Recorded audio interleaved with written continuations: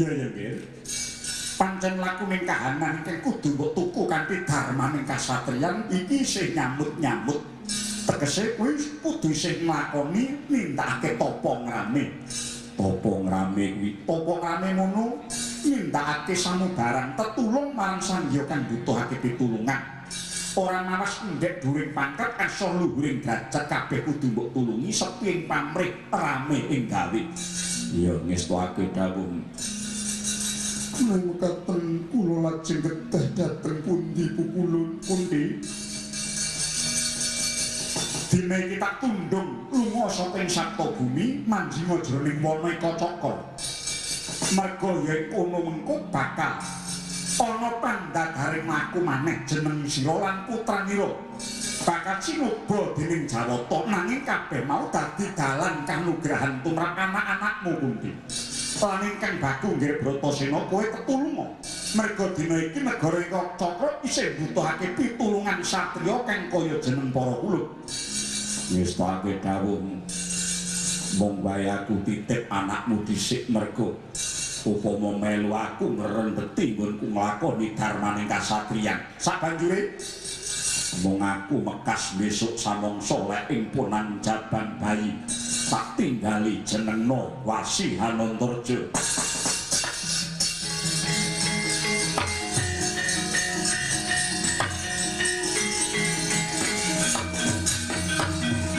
Oh, bilahe Mas Tuna. Iya kula tak eling-eling apa kang gadaturmu kabeh mau. Bratasena Kunti Puntadewa Permadi kembar. Dina iki tumuli budhalo. Tumuli budhalo duga-duga digawa prayitna ngati-ati aja keri lho.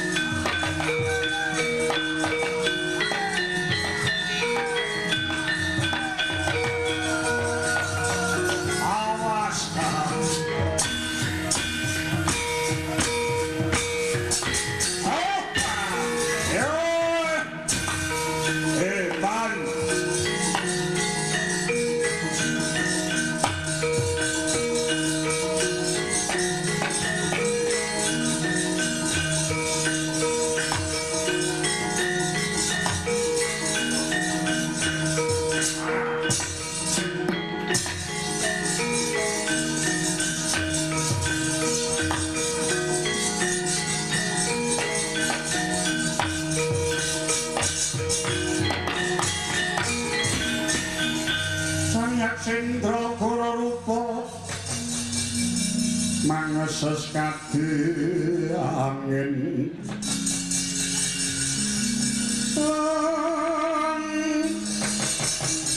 pangsempal ngabrapal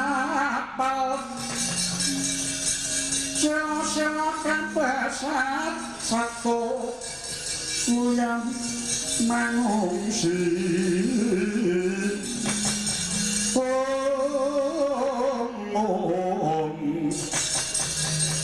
mangungsi kapilayu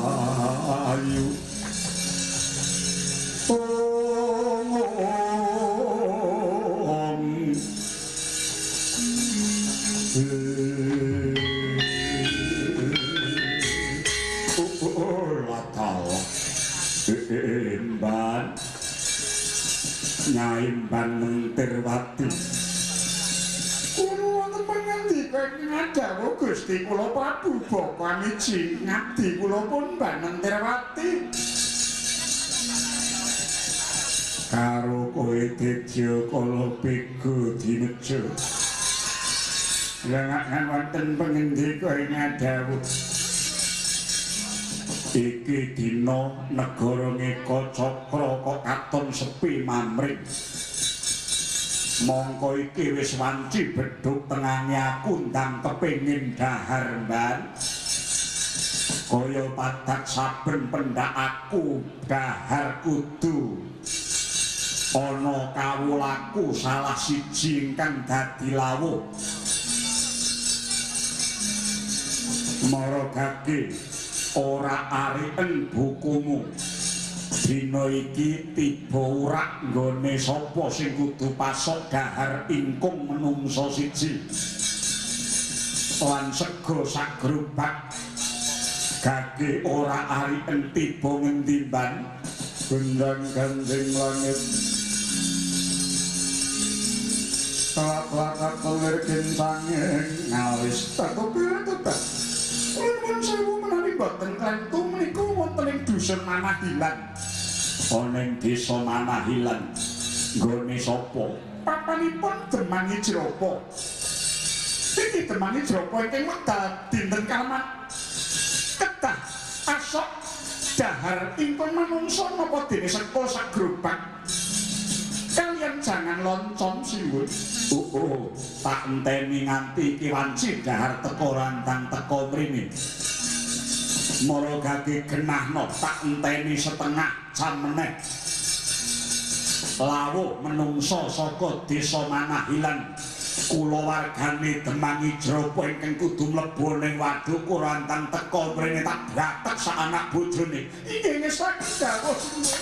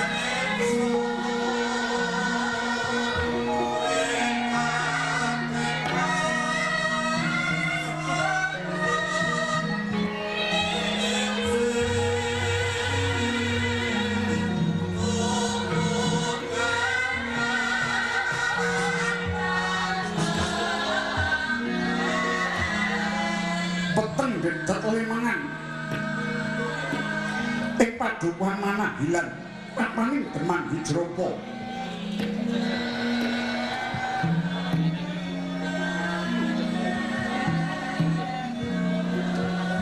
apa to darane mangkula labet ing dinten mangke dawah urak ketiban jatah dening Nalendra Eka Cakra Ratu Buta Prabu Baka ingkang karembadhok daging menungsa.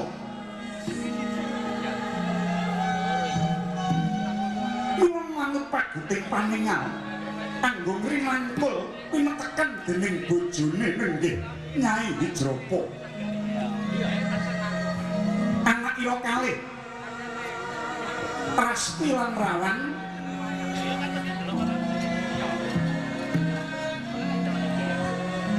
dahat panglipur mresukaning penggalih Suprandini.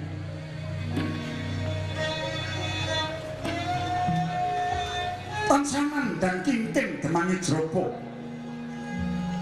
Monggo sawetara Dewi Kunti miwah putranira anggenira nyipeng ing papanira Ki Demang.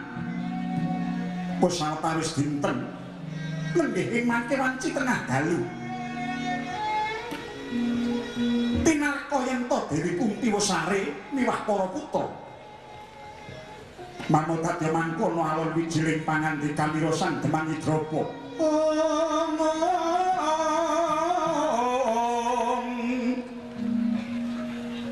Sun timangkana kingken manguswa kang layon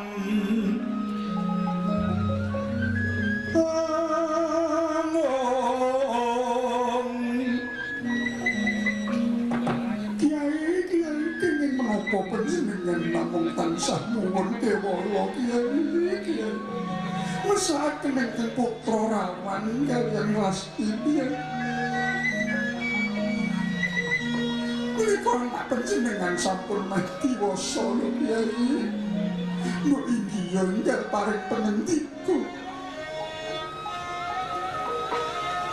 Sampun perkawis boten cekap dipun tangisi kewala boten badhe rampung lho Kyai.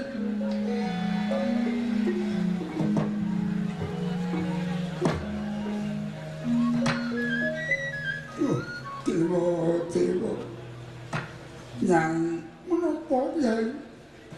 Aku iki nek nyawang anakmu lanang Rawan karo anak wadon kuwi aku iki wis rumangsa mangka ben ku dadi wong tuwek. Cilik tak lelitik nganti gerang isih tak kudang-kudang supaya besok taruna ngungkulana bapa ya Nyai. Lah nggih kiranganipun menapa? Oh nyatanipun lare kalih nggih nurut-nurut. Sing lanang ya sregep ngibadah. Pendak dinten kalian kanca rawanipun tansah nindakaken dharma kangge sakepadaning gesang. Semanten ugi ingkang estri nggih ngaten lho Kyai. Nah iya ning aku susah ki ora perkara apa-apa ning dina iki ketiban murak Nyai. Jawa ora kados pundi. Iki Prabu Baka wancine awan iki bakal dahar.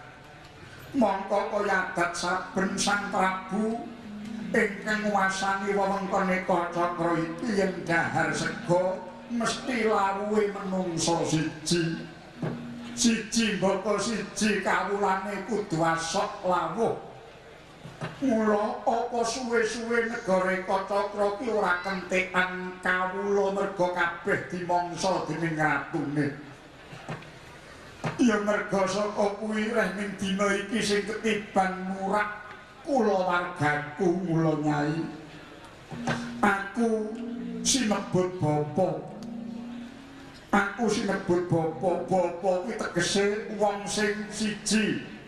Goleke pangupa jiwa kanggo anak bojo angka loro nuntun jiwaning anak kang anjep marang kautaman angka telu ngayomi kalaharjaning kulawarga kang ana ing wewengkone angka papat ngabekke lan ngomah-omahke anak nek wis wanci diwasa kuwi bapa.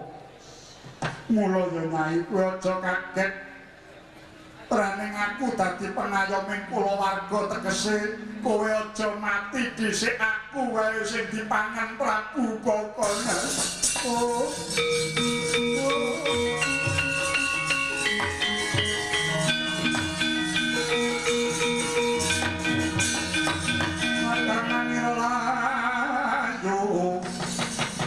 Kumal kutsun lemrah marakani sampun ngertos panjenengan ingkang seda dipun mangsa Prabu Boko kula kemawon Kyai.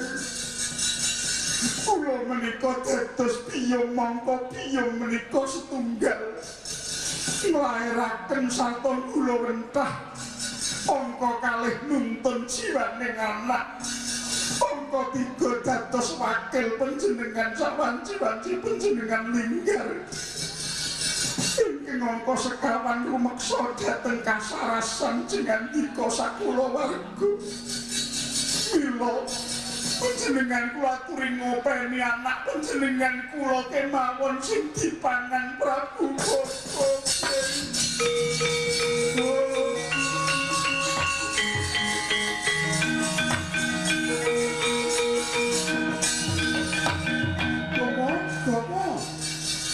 Kondo anakku wong ayu. Boko. Kula menika dados lari estri. Kepareng kula matur nggih Boko. Iya nduk kowe arep kandha apa nggih?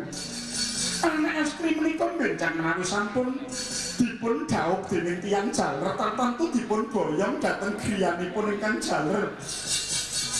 Katiban benjang kula inggih tetep pisah kaliyan panjenengan lan simbok menapa dene adi kula rawan. Ora urung besok ya digawa bojo kuwe sak mangke. Kula pisah kemawon kesanipun kuwe ing dipun pangan Prabu Boko.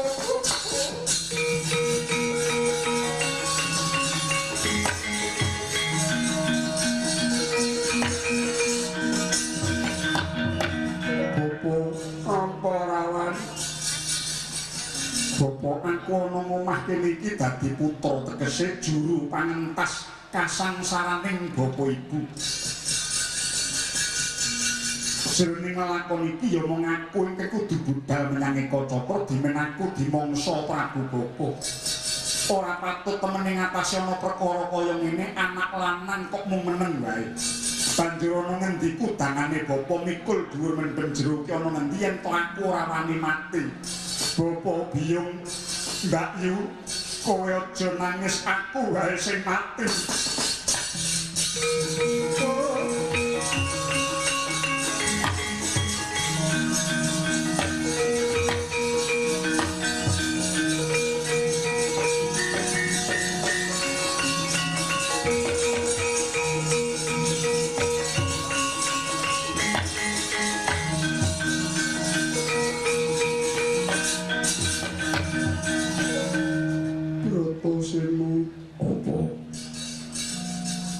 Kowe ulung turu Gong. Kowe krungu apa? Wah, katone sing ngayomi awake dhewe nginep ana kene iki nandhang kesusahan. Kowe ngerti Prabu Boko mangan kawulane dhewe siji boko siji. Iya.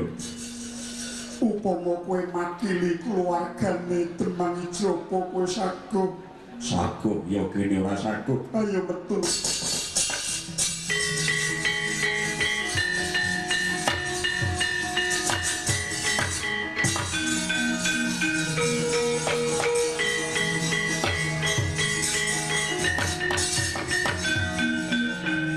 Demang aja kurang pangapuramu.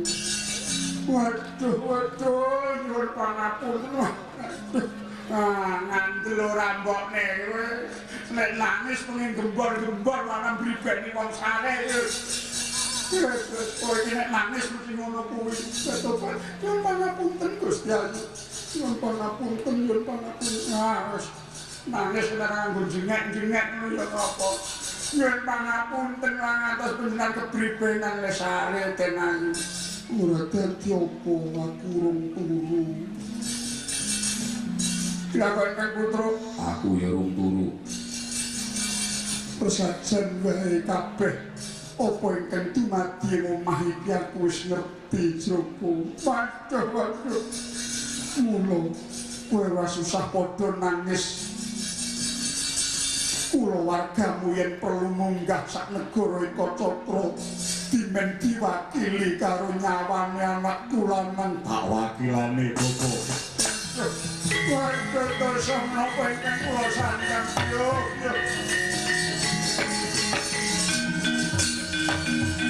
Wah, nyuwun pangapunten ampun Gusti ampun nyuwun pangapunten.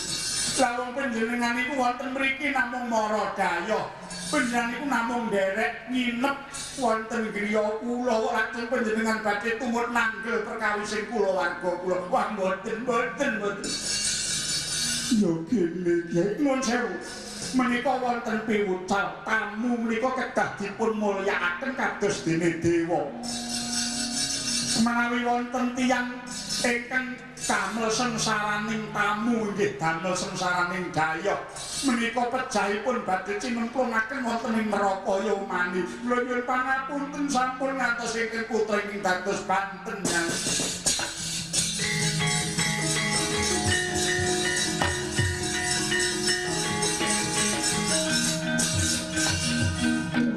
Srupuk wonten dawuh kosok baline yana piwulan yen ana wong wis nampani pitulunganing liyan ya kang wujud buka ya kang wujud brana picis ya kang wujud pitulungane kuperti kelapa wae yen wong mau ora gelem males budi kabecikan marang kang nulungi wong mau bakal koleh ing dina patine bakal kecemplung ana ing neraka Yomani Kyai.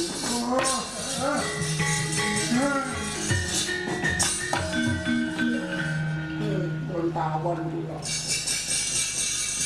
Sedaya adhedhasar piwucal inggih menawi mekaten keparengipun. Anak kula nang Bratasena ora bakal mutawati rigagi. Cepakno sego sak grobak. Lawuhe anakku bumbunen rujak inggih Nyai Kakeng racika bumbu wah sing dibumboni gedhe banget brambange sing akeh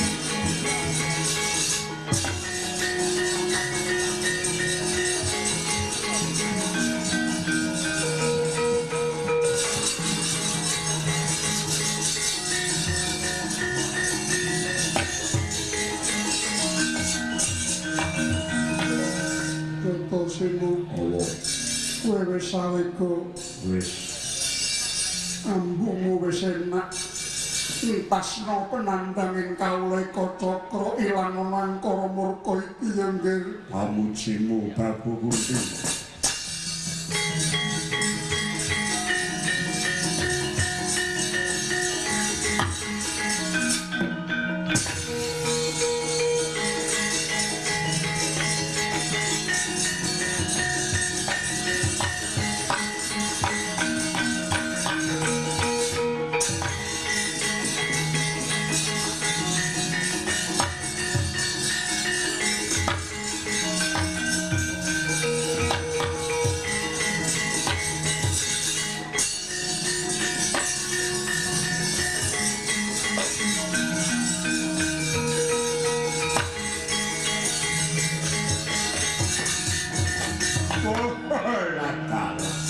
Iki sapa? Ora teman.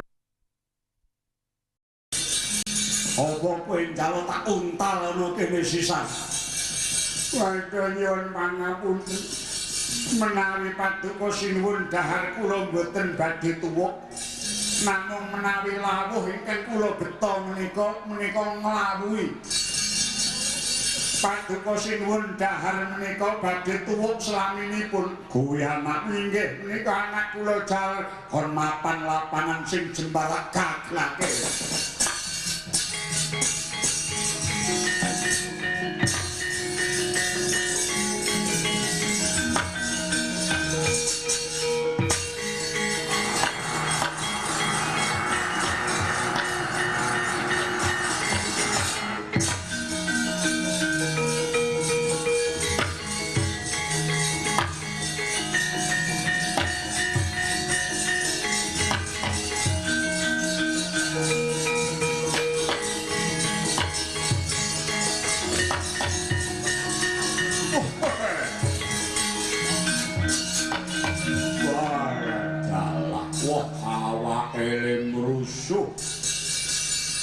Lagi aku gaglaken. Wah, nyang ratune kok ora tata krama daharen ngono goblok.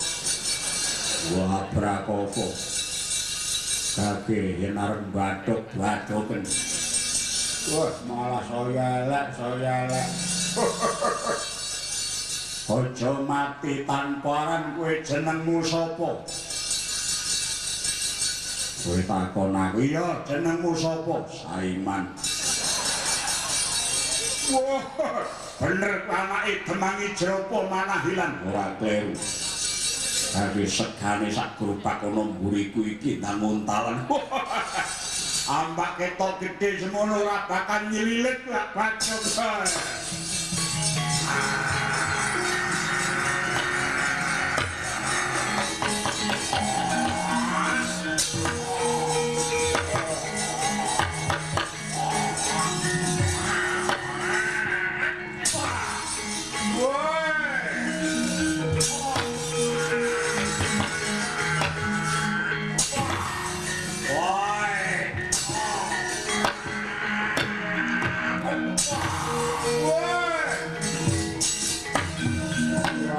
Jane-jane.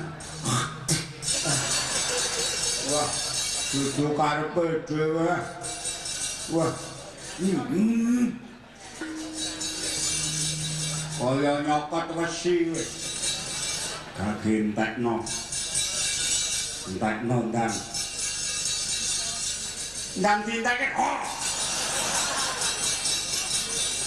Jangengesane. Kowe apanganan sing mbok adepe Prabu Boko kok mejanane. Ayo Gage. Untalen. Gage Nyokota Milya. Oh, kowe arep ngopo kowe?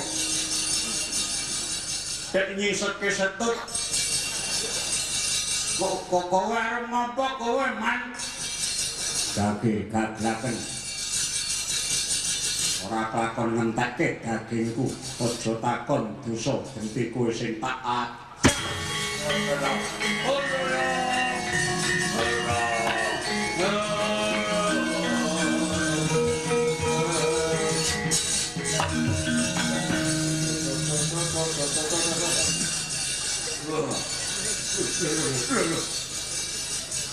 Wah, wong edan. Wah, mapleng mawar. Woi, iki kongkonane dewa mesti kowe. Hei, mati tenan kowe.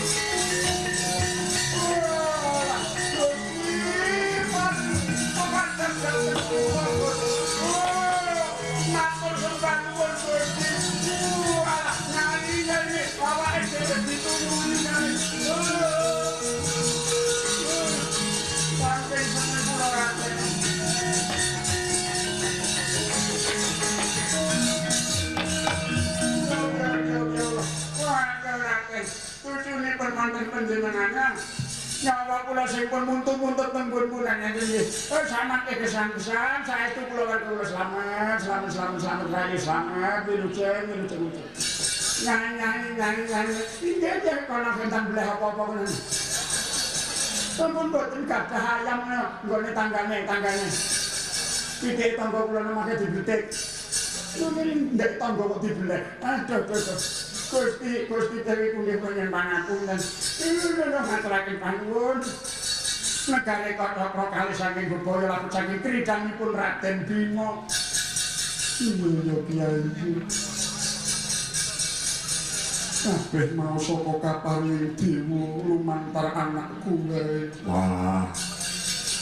Kyai Ceroba aku ngaturake penuwun dene Prabu Kunti aku sak sedulur wis ditulungi. Aku semangan ngombe nginep ana omahmu.